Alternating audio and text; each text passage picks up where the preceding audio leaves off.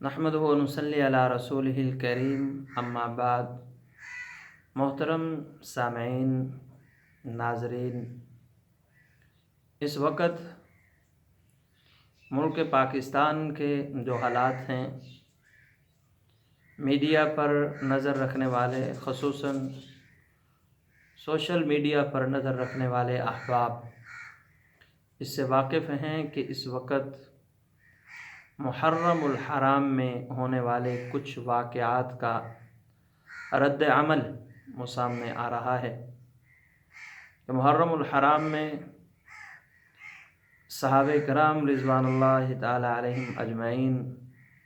خصوصاً خلیفہ بلا فصل سسر امام الانبیاء صلی اللہ علیہ وسلم اور اس امت میں نہیں بلکہ ساری انسانیت میں انبیاء علیہم الصلاۃ والسلام کے بعد سب سے افضل ترین ہستی حضرت سیدنا صدیق اکبر رضی اللہ تعالی عنہ اور امام الانبیاء صلی اللہ علیہ وسلم کے دوسرے سسر حضرت سیدنا ابو سفیان رضی اللہ تعالی عنہ، جن کے گھر کے بارے میں امام الانبیاء صلی اللہ علیہ وسلم نے فتح مکہ کے موقع پر اعلان کیا تھا کہ جو حضرت ابو سفیان رضی اللہ عنہ کے گھر کے اندر پناہ لے گا اس کو کچھ نہیں کہا جائے گا۔ اور اس امت کے ماموں کی حیثیت رکھنے والے حضرت سیدنا امیر معاویہ رضی اللہ تعالی عنہ، جنہوں نے آدھی دنیا کے حصے سے بھی زیادہ حصے پر اسلام کا جھنڈا لہرایا، ان تینوں مقدس شخصیات پر کچڑ اچھالا گیا، ان کے خلاف بازاری اور گندی زبان استعمال کی گئی، جس کی وجہ سے الحمدللہ علماء کرام کے اندر ایک بیداری پیدا ہوئی۔ وہ احباب اور حضرات جو مدارس میں پڑھنے پڑھانے والے تھے، ان کی اس حرکت کی وجہ سے اس وقت وہ سراپے احتجاج ہیں، اور وہ بزرگ، وہ عظیم ہستیاں جو خانقاہوں میں بیٹھ کر لوگوں کو اللہ اللہ سکھا رہے تھے، اس وقت وہ بھی سراپے احتجاج ہیں۔ اور اس حوالے سے اسلام آباد میں، کراچی میں اور پرسوں گزشتہ دن، اس سے پیوستہ دن ملتان کی سرزمین پر بھی ایک بہت بڑا مارچ عظمت صحابہ کے نام سے اس کا انعقاد کیا گیا، جس میں بندہ ناچیز کو بھی شرکت کی، پروردگار عالم نے سعادت بخشی۔ اور الحمدللہ سب سے بڑی خوش آئند بات یہ کہ اس موقع پر علماء دیوبند، علماء بریلوی، علماء اہل حدیث، تمام کے تمام مسالک کے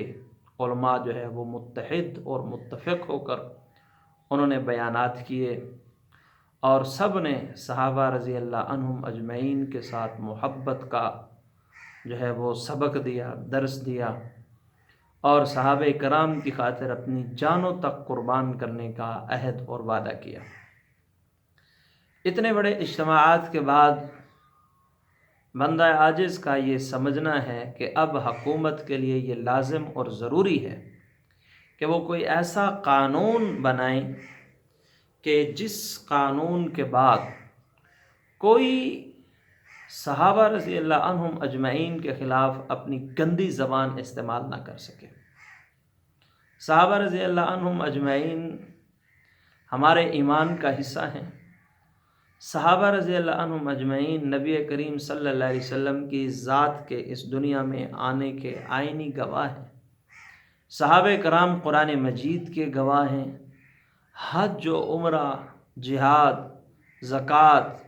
جتنے مسائل ہیں، عقائد ہیں، وہ سارے کے سارے صحابہ رضی اللہ عنہم اجمعین سے چل کر ہم تک پہنچے ہیں۔ اگر صحابہ کرام کو درمیان سے ہٹا دیا جائے تو امت کے پاس نبوت سے کوئی چیز امت کو ملے، یہ ناممکن، امپاسبل ہے۔ یعنی جو کچھ ہمیں ملا ہے وہ صحابہ رضی اللہ عنہم اجمعین کی وجہ اور برکت سے ملا ہے۔ اور اس وقت جو حالات ہیں، یقیناً کچھ طاقتیں یہ چاہتی ہیں کہ اس ملک کے اندر دوبارہ خانہ جنگی شروع ہو، دوبارہ اس ملک کا امن تباہ ہو، اس ملک کے امن کو نقصان پہنچانا چاہتے ہیں۔ لیکن الحمدللہ ثم الحمدللہ ہماری جو جذباتی تنظیمیں ہیں، جو جذباتی جماعتیں ہیں، انہوں نے بڑی وسعت قلبی کا مظاہرہ کرتے ہوئے علماء کرام، مدارس اور خانقاہ کے بزرگ حضرات جب میدان میں آئے تو انہوں نے ان کے اس میدان میں آنے کو اپنے سر آنکھوں پر رکھا اور خود خاموشی کے ساتھ ان کی پشت پہ کھڑے ہو گئے کہ آپ جس طرح حکم کریں گے ہم اسی طرح آپ کے ساتھ چلنے کو تیار ہیں۔ میں سمجھتا ہوں کہ ان کا یہ فیصلہ بہت ہی خوش آئند اور بہت خوبصورت فیصلہ ہے، کیونکہ یہ ملک ہمارے اکابرین نے، ہمارے بڑوں نے بنایا تھا۔ اس ملک کی بنیادوں میں سب سے بڑا کردار وہ ہمارے اکابرین کا ہے۔ مثلاً مسٹر جناح محمد علی جناح نے یہ فرمایا تھا کہ پورے ہندوستان کے علماء بھی میرے مخالف ہو جائیں تو مجھے کوئی پریشانی نہیں، کیونکہ میرے ساتھ ایک ایسا عالم دین ہے کہ سارے ہندوستان کے علماء کا علم ایک طرف اور اس عالم دین کا علم ایک طرف، اور وہ حکیم الامت حضرت مولانا اشرف علی تھانوی رحمۃ اللہ علیہ تھے۔ اس ملک میں، ملک کی بنیادوں میں ہمارا خون لگا ہے۔ اگر علامہ شبیر احمد عثمانی رحمۃ اللہ علیہ کی محنت نہ ہوتی، کاوش نہ ہوتی، آج سرحد خیبر پختونخوا کا علاقہ یہ ہمارے ساتھ شامل نہ ہوتا۔ اس ملک کی بنیادوں میں ہماری کتنی کاوشیں ہیں اس کا اندازہ اس بات سے لگایا جا سکتا ہے کہ یہاں کراچی میں سب سے پہلے پاکستان کا جھنڈا علامہ شبیر احمد عثمانی رحمۃ اللہ علیہ نے لہرایا، اور ڈھاکہ میں سب سے پہلے پاکستان کا جھنڈا مولانا ظفر احمد عثمانی رحمۃ اللہ علیہ نے لہرایا۔ یعنی اس ملک میں سب سے پہلی پرچم کشائی وہ ہمارے ہاتھوں سے کرائی گئی۔ اور اس سے بڑھ کر میں یہ کہتا ہوں کہ مسٹر محمد علی جناح نے اپنی وفات سے قبل جو وصیت نامہ لکھا کہ میری نماز جنازہ علامہ شبیر احمد عثمانی دیوبندی پڑھائے، ان کا یہ لکھنا اس بات کی دلیل ہے کہ وہ پاکستان کو انہی کے سپرد کر کے اس دنیا سے گیا ہے۔ اب میں نے یہ جو بات کہی کہ اس کی بنیادوں میں ہمارا خون، میں یہ بات میں اس وجہ سے کہہ رہا ہوں، جب یہ ملک بنایا ہم نے اور اتنی قربانیاں دے کر ہم نے یہ ملک حاصل کیا، اب اس ملک کے امن کو اگر کوئی خراب کرنے کی کوشش کرے گا ہم نہیں ہونے دیں گے۔ ہم اس ملک کے امن کو خراب نہیں ہونے دیں گے۔ اس ملک میں بد امنی کے ہم قائل نہیں ہیں۔ امن اور سکون سے ہمارا حکومت وقت سے یہ مطالبہ ہے کہ کوئی ایسا قانون تجویز کرو، ایسا بہترین قانون ہو کہ کوئی کسی دور میں حضرات صحابہ کرام رضی اللہ عنہم اجمعین کی ذات پر کیچڑ نہ اچھال سکے، کسی صحابی کے خلاف کوئی بندہ گندی زبان، بازاری زبان استعمال نہ کر سکے۔ ہم اس بات کی خواہش رکھتے ہیں۔ جب اس ملک میں ایک مؤثر قانون بن گیا اور یہ گستاخی کا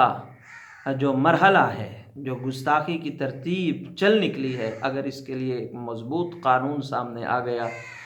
تو اس بات کی امید ہے کہ اس ملک کے امن کو نقصان پہنچانے کی کوشش کرنے والے اپنی اس کوشش میں انشاءاللہ کامیاب نہیں ہو سکیں گے۔ ہم حکومت وقت سے اسی چیز کا مطالبہ کرتے ہیں۔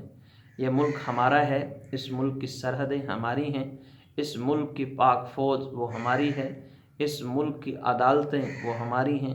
اس ملک کے تمام ادارے وہ ہمارے ہیں، ہم ان کے اور وہ ہمارے، ہم ان سب کو محبت پیار کی نگاہ سے دیکھتے ہیں۔ ہمیں اس ملک کا امن عزیز ہے،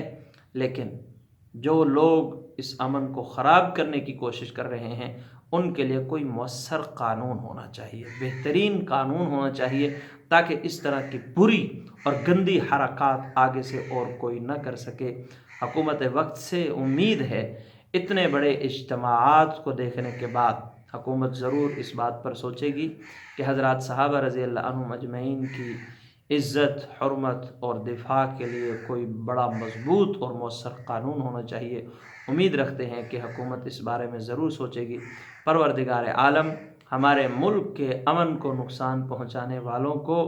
ہدایت دے، اگر ان کی قسمت میں ہدایت نہیں اللہ انہی کو نیست و نابود کرے، تباہ اور برباد فرمائے، اور اللہ رب العزت اس ملک کی نظریاتی، جغرافیائی ہر طرح کی سرحدوں کی حفاظت فرمائے۔ جغرافیائی سرحدوں پر کھڑی ہونے والی پاک فوج کو اللہ رب العزت مزید حوصلے نصیب فرمائے، اور نظریاتی سرحدوں کی حفاظت کرنے والے علماء حقہ،